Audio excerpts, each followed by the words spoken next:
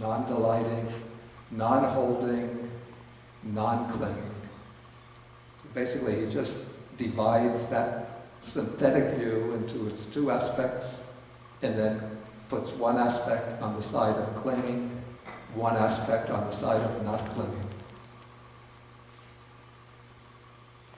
Okay, now the Buddha is going to explain how a wise person treats these different views. Okay, first, a wise person who holds the view, everything is acceptable to me, considers thus, if I obstinately adhere to my view that everything is acceptable to me and declare only this is true, anything else is wrong. You see, that is the crux of the problem for the Buddha. Adhering to the view and then making this one-sided, dogmatic assertion, only this, everything else wrong. Okay, then I will clash with those who hold the other two views.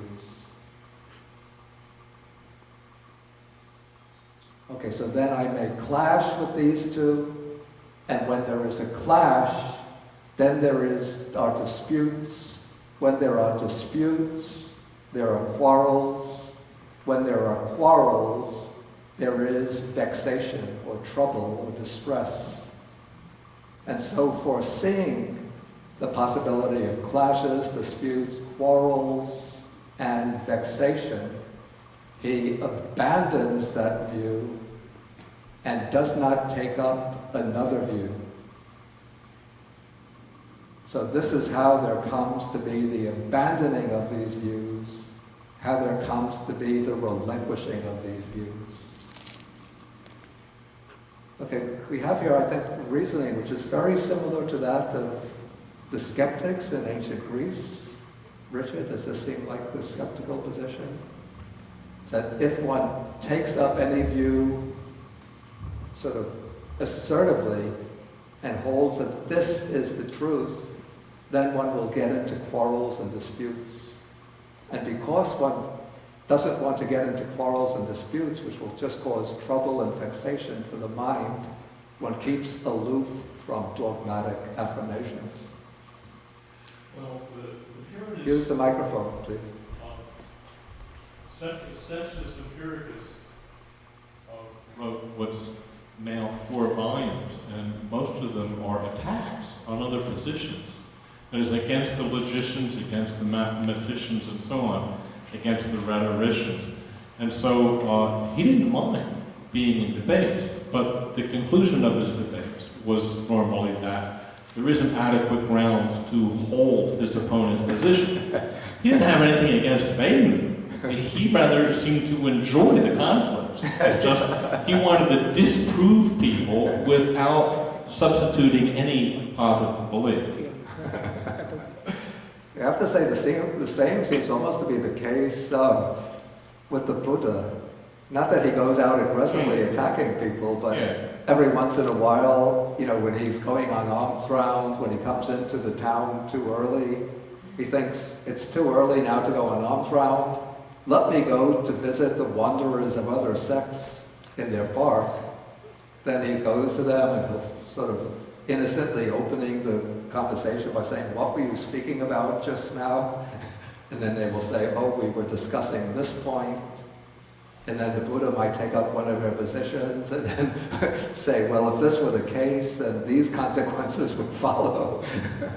Yeah, it's also his position on all metaphysical issues. Like in the first of the dialogues of Vajragota, right? He's saying, I don't believe any of those things. And he's not saying anything he does believe. Yeah. So generally, it seems the Buddha does avoid becoming entangled in these heated,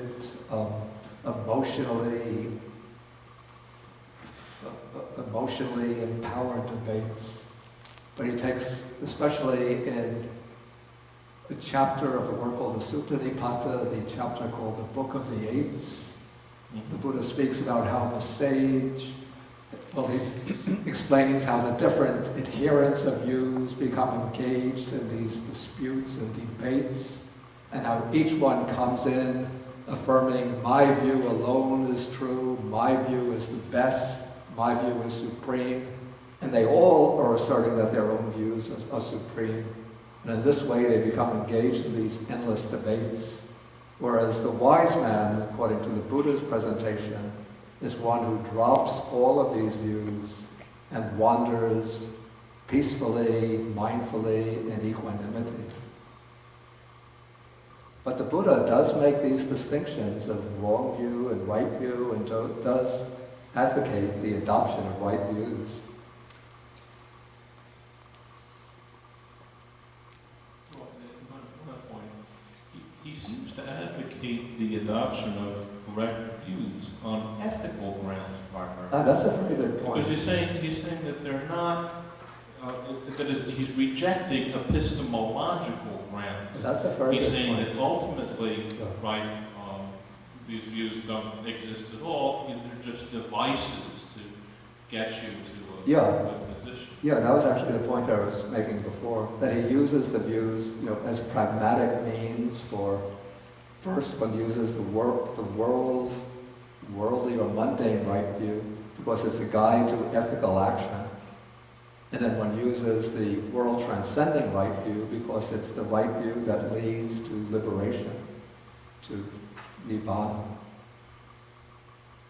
So I think the attitude is that of abandoning or putting down the views in the sense of no dogmatic clinging to the views, but one then will adopt the view because one sees that pragmatic, ethical, and spiritual benefits come from certain views.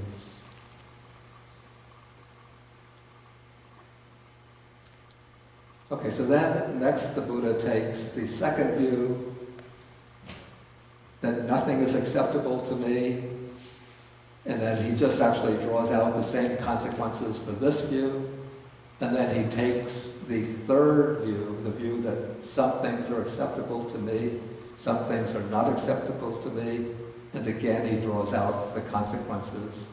So for the proponent of any of these three positions, once he asserts that view, emphatically holds to it tenaciously, and presents it as the exclusive truth, he's going to get into conflict with those who hold the other two views.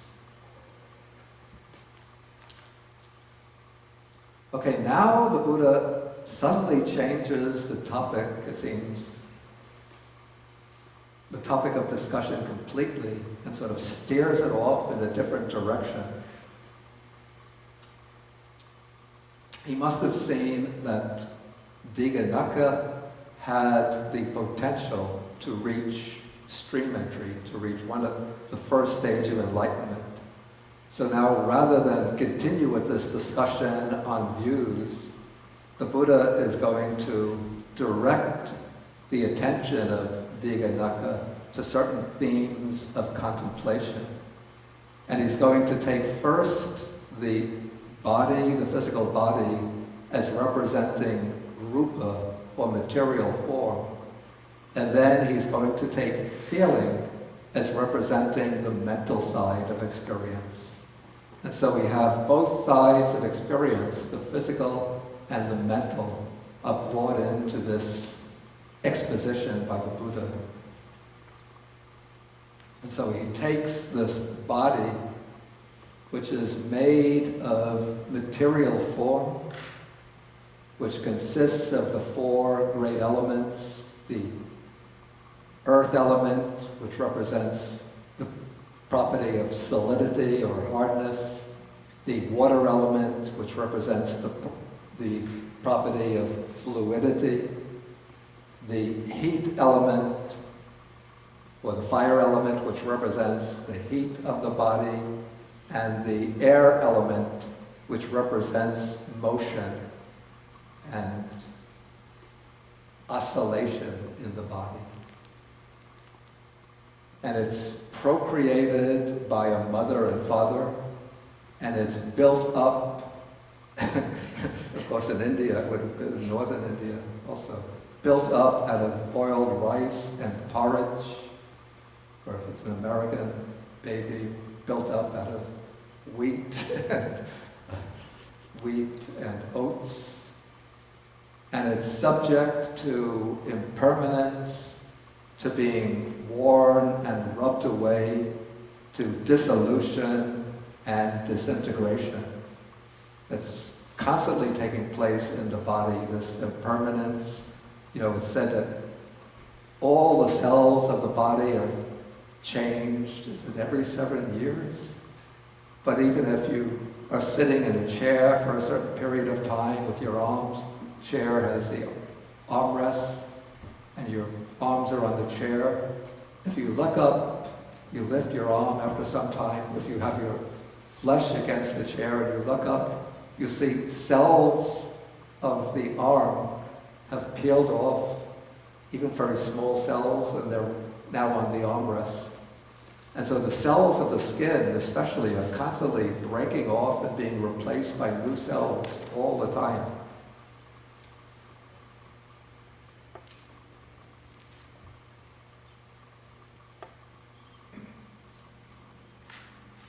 And so the body, what's going to come next is pretty strong.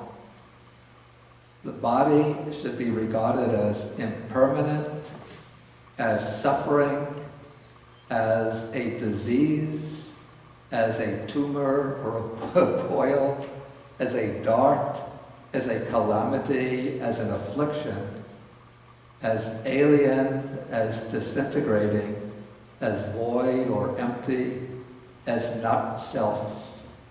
So here we have 11 properties or characteristics of the body, but these 11 characteristics are just elaborations of the 3 main characteristics: impermanence, suffering, and non-self. So if we take impermanence, what other characteristics here fit into impermanence?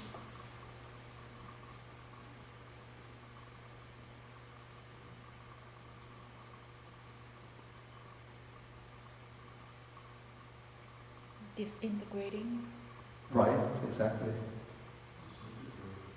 Excuse me? Disintegrating. Yeah, that's what Sandy said. Don't say anything else because I don't see anything else. Okay, let us take not self. What other characteristics form and belong to not self? Void. Excuse me? Void. Yeah. Alien. And alien, right, very good. Alien means other, so one regards it as other than oneself. And then all of the others are sort of elaborations of the characteristic of suffering. So we have these 11 characteristics of the body, and this seems really quite strong because usually we like our bodies. And we take the body to be a source of pleasure and enjoyment. And I have to say, looking at the body from a medical point of view or a biological point of view, I have to say it's, in many respects, a quite magnificent product or creation. The way all of the different organs perform their functions and are so precisely integrated with all the other organs. If we didn't have a heart, I go to sleep, it's beating, I don't have to check it all the time to see whether it's beating or not. And when it's beating, it's causing the blood to circulate through the whole body. When I eat, I don't have to give any instructions to the stomach to digest the food, it digests it all on its own. The liver will take all of the toxic substances that out of the body, will break them down and discharge them, and then all of this goes to the kidneys. I don't have to give any instructions to the kidneys. It knows what to separate out, what to discharge. So, and so many other things. The spleen, I have only a vague idea what it does, but it's working all the time. the brain, I don't have to give it instructions to think these thoughts, feel these feelings, react in this way, process the beams of light into figures, interpret them. But it's doing this, all of it on its own. Why didn't Dighanaka say you're holding a view of Dhamma, you're holding a view of the body? Okay, first use the microphone so we get it on the recording.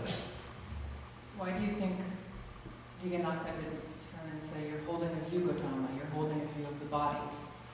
It's a good question. I don't know. But maybe he would understand that the Buddha is not giving a view about the body, but just explaining the nature of the body.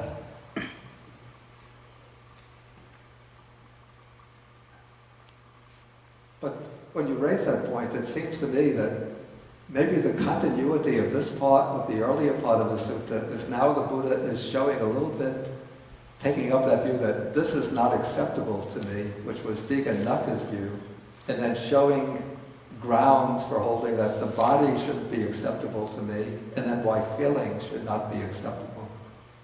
Okay, so the body has all of these magnificent functions, and it performs them all so well, so precisely, while one is in good health. But then there come times when things don't function so well in the body. We have heart disease, failure of the liver, kidney failures, and now we have people who get kidney failure, that they have to go through the process of dialysis, maybe 3 times a week, have to go to the hospital, have all of the blood drained from the body and then reintroduced into the body. We have cancers in so many different parts of the body.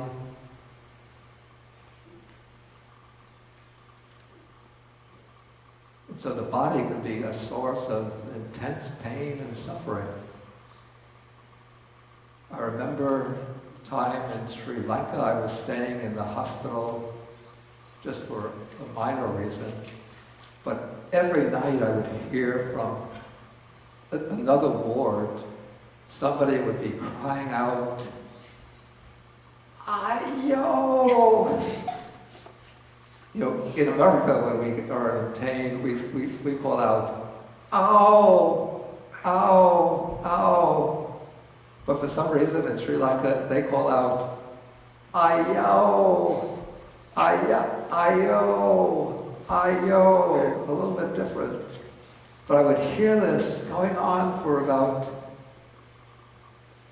would come for about 5 minutes, then it would quiet down.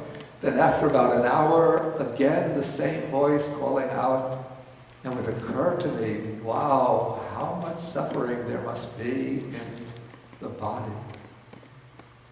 I found out later that the person had a kidney stone. And so whenever he had to urinate, he would go through this intense pain.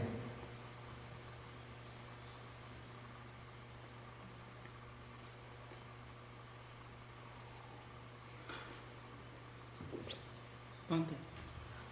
Yeah. Actually, I just want to answer.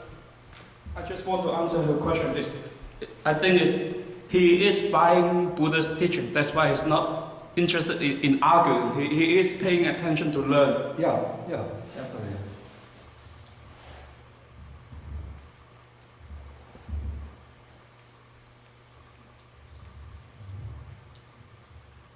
So there's just about every part of the body is subject to some sickness, some illness. Even when we get a little fever or flu, feel so miserable, don't we? Then when we get over it, then we feel relieved and happy and at ease. But it's when one comes into your old age, advanced years, or even in the Buddha's time, so many people would die. Now we have modern medicine, which keeps us alive longer, but there would be so many children would die soon after childbirth, and children would die early in age, and people would die in the middle of life just from a fever.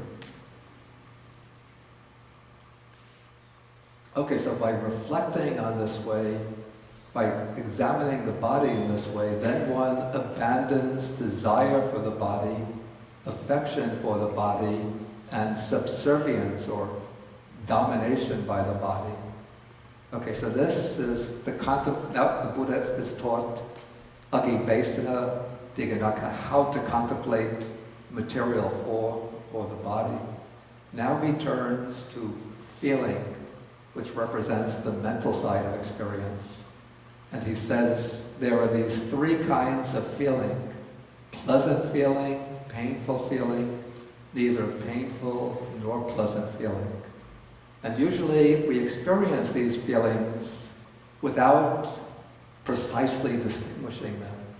But now the Buddha is going to put a precise demarcations between each of these feelings. So he says that on the occasion when one feels a pleasant feeling, then one does not experience a painful feeling or a feeling that's neither painful nor pleasant. On that occasion, one is experiencing only a pleasant feeling. And similarly, when one feels a painful feeling, one doesn't experience the other two feelings.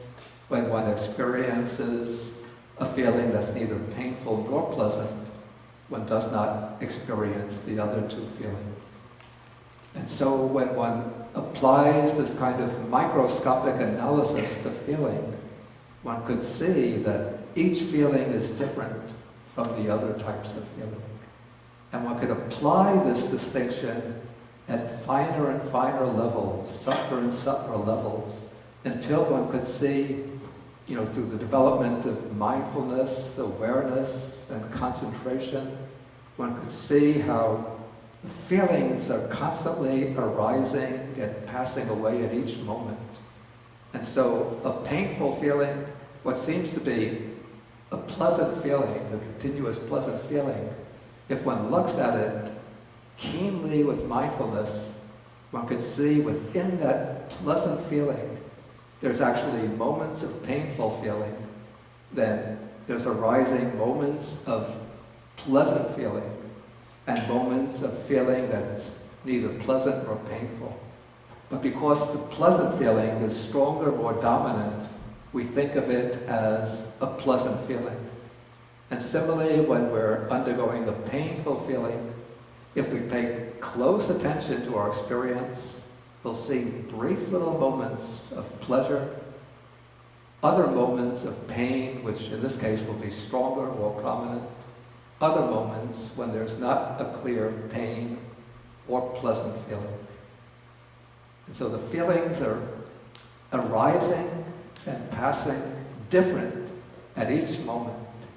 So when one sees this distinction between the different types of feeling, what will it lead into? What kind of perception or understanding? Impermanence? Say that loudly. Impermanence? Right, exactly. It leads into the insight that all of these feelings are impermanent. Okay, and so here we come, paragraph 11. So pleasant feeling is impermanent, and by seeing it precisely, one sees how the feeling arises through certain conditions. Feeling that arises through the eye comes into being when there's the contact of the eye, the visible form, and consciousness meets that form through the eye. Feeling that arises through the ear comes when there's a contact between the sound and the ear, and consciousness goes out to that sound. So all of these feelings are arising from conditions. So they're dependently arisen, and as soon as they arise, a moment after, they pass away, they vanish, they fade away, and they cease. And so in this way, one sees the impermanence, the transitory nature of the three kinds of feeling: pleasant feeling, painful feeling, neutral feeling. Okay, so now the Buddha continues. So now he's probably really has Dighanaka engaged in this discourse. Actually, now this I think it becomes very clear to me, just as I explained the connection of this part of the sutta with the earlier part. Because Dighanaka was coming and saying, nothing is acceptable to me, so he's rejecting everything in the world. But he doesn't really have a kind of clear understanding of how to turn that view into actual insight, the kind of insight that will lead to liberation. But now the Buddha is giving him those directions by showing him how to contemplate the body and then how to contemplate feelings. Okay, so now the Buddha continues. So the well-instructed, noble disciple becomes disenchanted with pleasant feeling, disenchanted with painful feeling, disenchanted with neither painful nor pleasant feeling. So usually the pleasant feeling is what's enchanting to us, since that gives us enjoyment, and so we cling to it. But when we experience painful feeling, then we usually try to flee from it by indulging in pleasant feeling. And when we get bored with the neither painful nor pleasant feeling, we try to escape the boredom by enjoying pleasant feelings.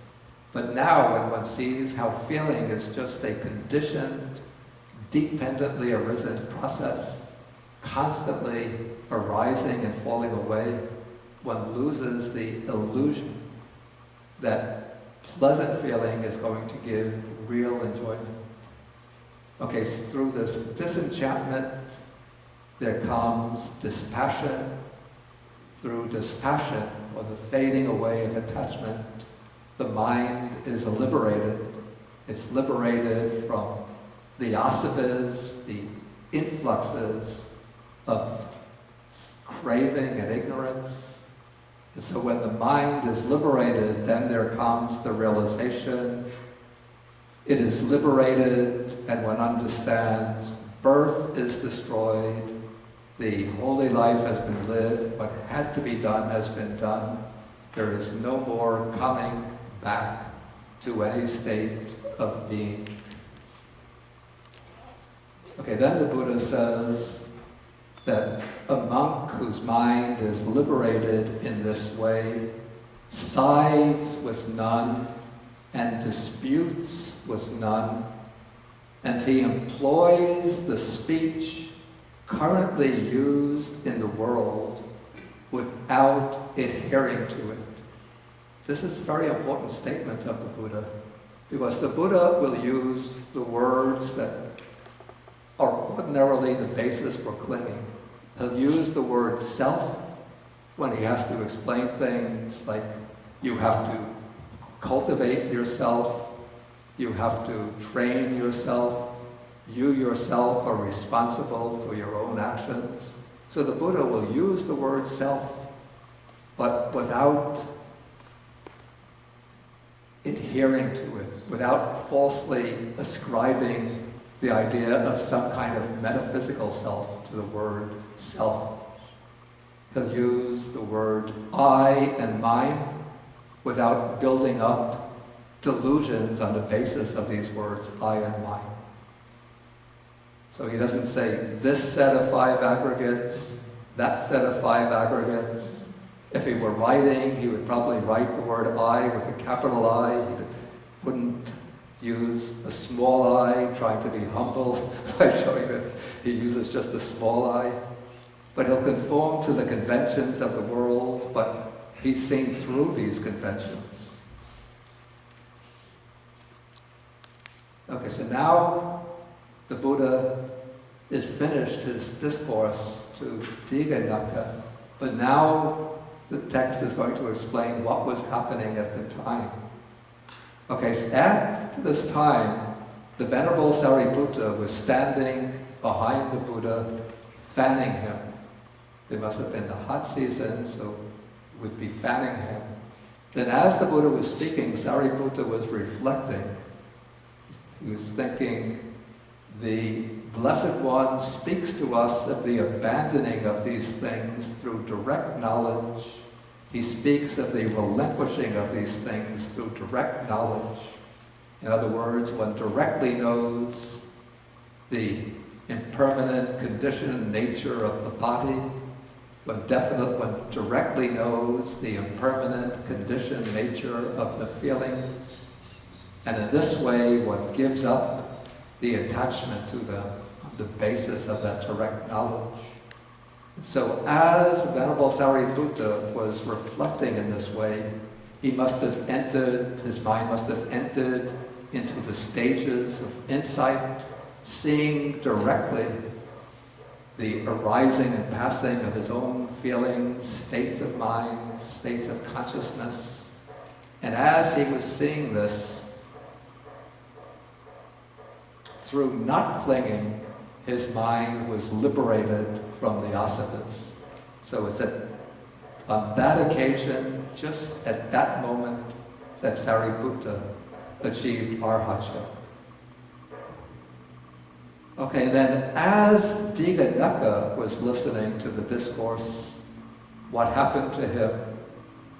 The spotless, immaculate vision of the Dhamma arose in him. All that is subject to arising, don't worry, is subject to cessation.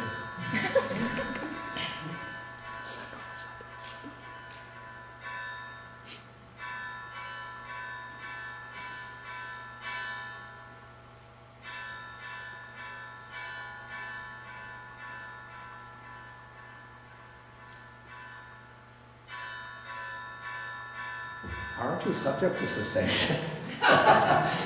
It's fading away. On the contrary, I know there will be food.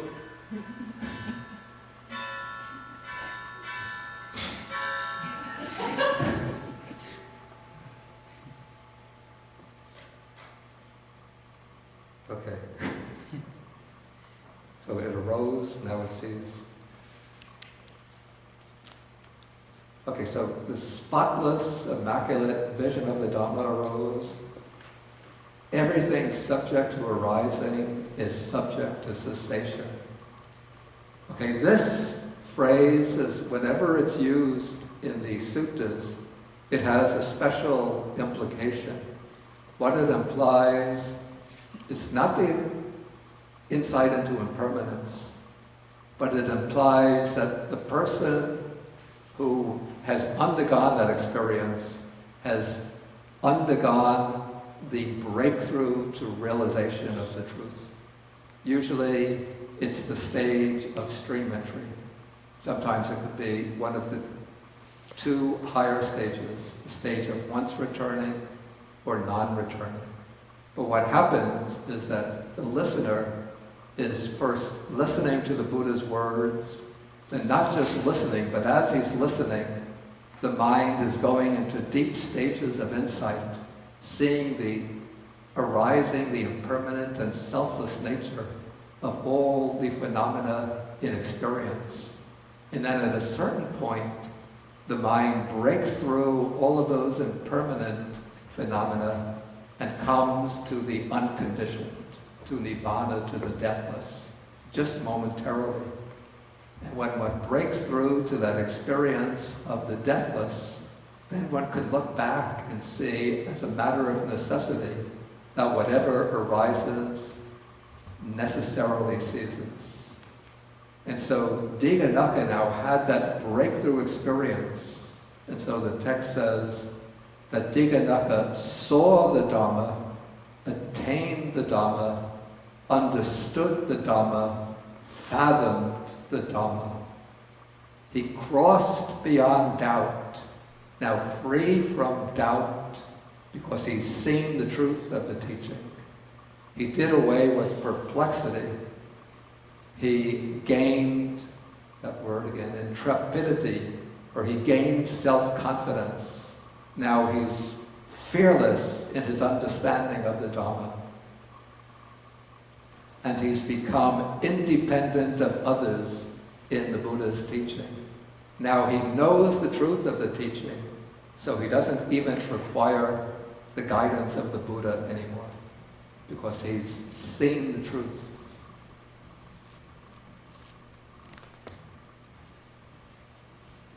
Of course, he could still benefit from the Buddha's instruction in the sense of getting practical guidance in order to advance further.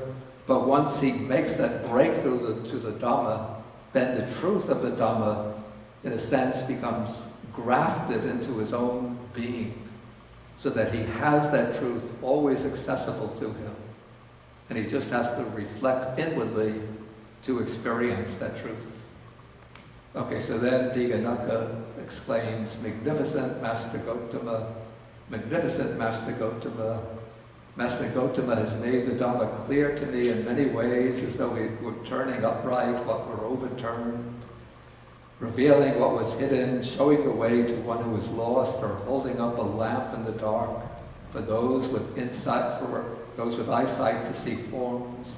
I go to Master Gautama for refuge, and to the Dhamma, and to the Sangha of bhikkhus." Then this is a little strange. He says, "From today, let Master Gautama remember me as a lay follower who has gone to him for refuge for life." Why do I say this is a little strange?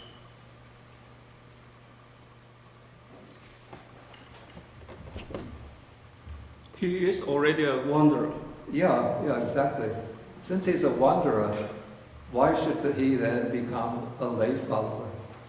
According to a version of this sutta that's come down in some of the other traditions, there are several other versions preserved in Chinese translation, one in Tibetan translation. And this I know from reading my friend Bhikkhu Analayo. He's written a study comparing the suttas of the Majjhima Nikaya with their counterparts from other traditions, that according to the version in other traditions, when Dighanaka attained stream entry, then he asked the Buddha and went for refuge. He didn't become a lay follower, but he asked the Buddha to be ordained as a monk. Then after becoming ordained as a monk, then he goes off by himself and practices meditation, and then he achieves arhatship. And to me that seems more convincing than the idea that he would go from being a wandering ascetic with long fingernails and long hair. You know, he's probably been wandering for years, living a very tough ascetic life, giving all that up and becoming a lay follower, and probably couldn't work at a decent job anyway. He doesn't, you know, like me, if I gave up the monk's life, became a lay person, what could I do? Become a gas station attendant or a clerk in the post office? But then they'd say, if I had to take the test for that, oh, you're overqualified, we don't give you the job.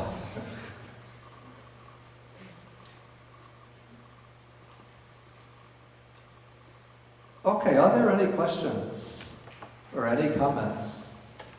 Okay, Richard has a comment, so please pass the microphone back.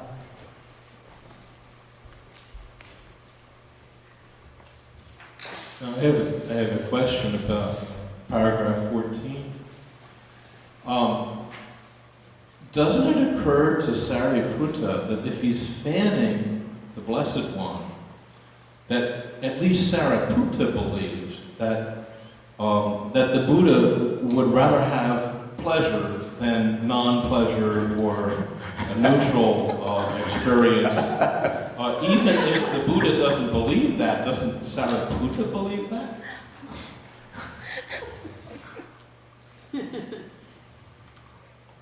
This is a good question, actually. It seems like a trick question, but it's actually a good question. And I would say that,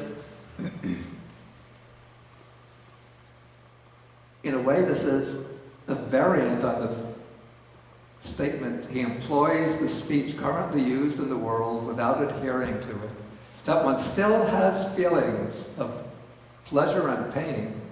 So, just to change the example, suppose the Buddha is now descending from Vulture's Peak, And there'll be rough road with a lot of sharp stones, and then there'll be the smooth road, which people usually use to climb up and down the mountain. The Buddha certainly is not going to be indifferent to the choice of the road, but he's going to choose the smooth road. He's not going to walk down the stony road and then get his feet pierced by the sharp stones, because it's painful. And so even an enlightened person still has feelings of pleasure and pain, and will still prefer pleasant feeling to painful feeling, but it won't be attached to the pleasant feeling. It won't be disturbed or upset by the painful feeling. So he'll feel those feelings, and naturally will choose situations where one will feel a pleasant feeling over a corresponding situation which will result in painful feelings. But an analogy, a question that's occurred to me sometimes, like if one were to take an arhat, let us take, suppose, a Sinhalese arhat from Sri Lanka, and one gives him a choice of Sri Lankan curries, a meal of Sri Lankan curries, rice and curries, a typical American meal, or Italian food. Which would he choose? Yeah, I think he would choose the Sinhalese, the regular Sri Lankan food, because that's probably, it's just conditioned that the taste buds are used to a particular type of food, and someone just comes to like it. It doesn't mean that there's craving for that food, but it's just what fits in naturally, maybe with the neural pathways connected to the tasting centers in the brain.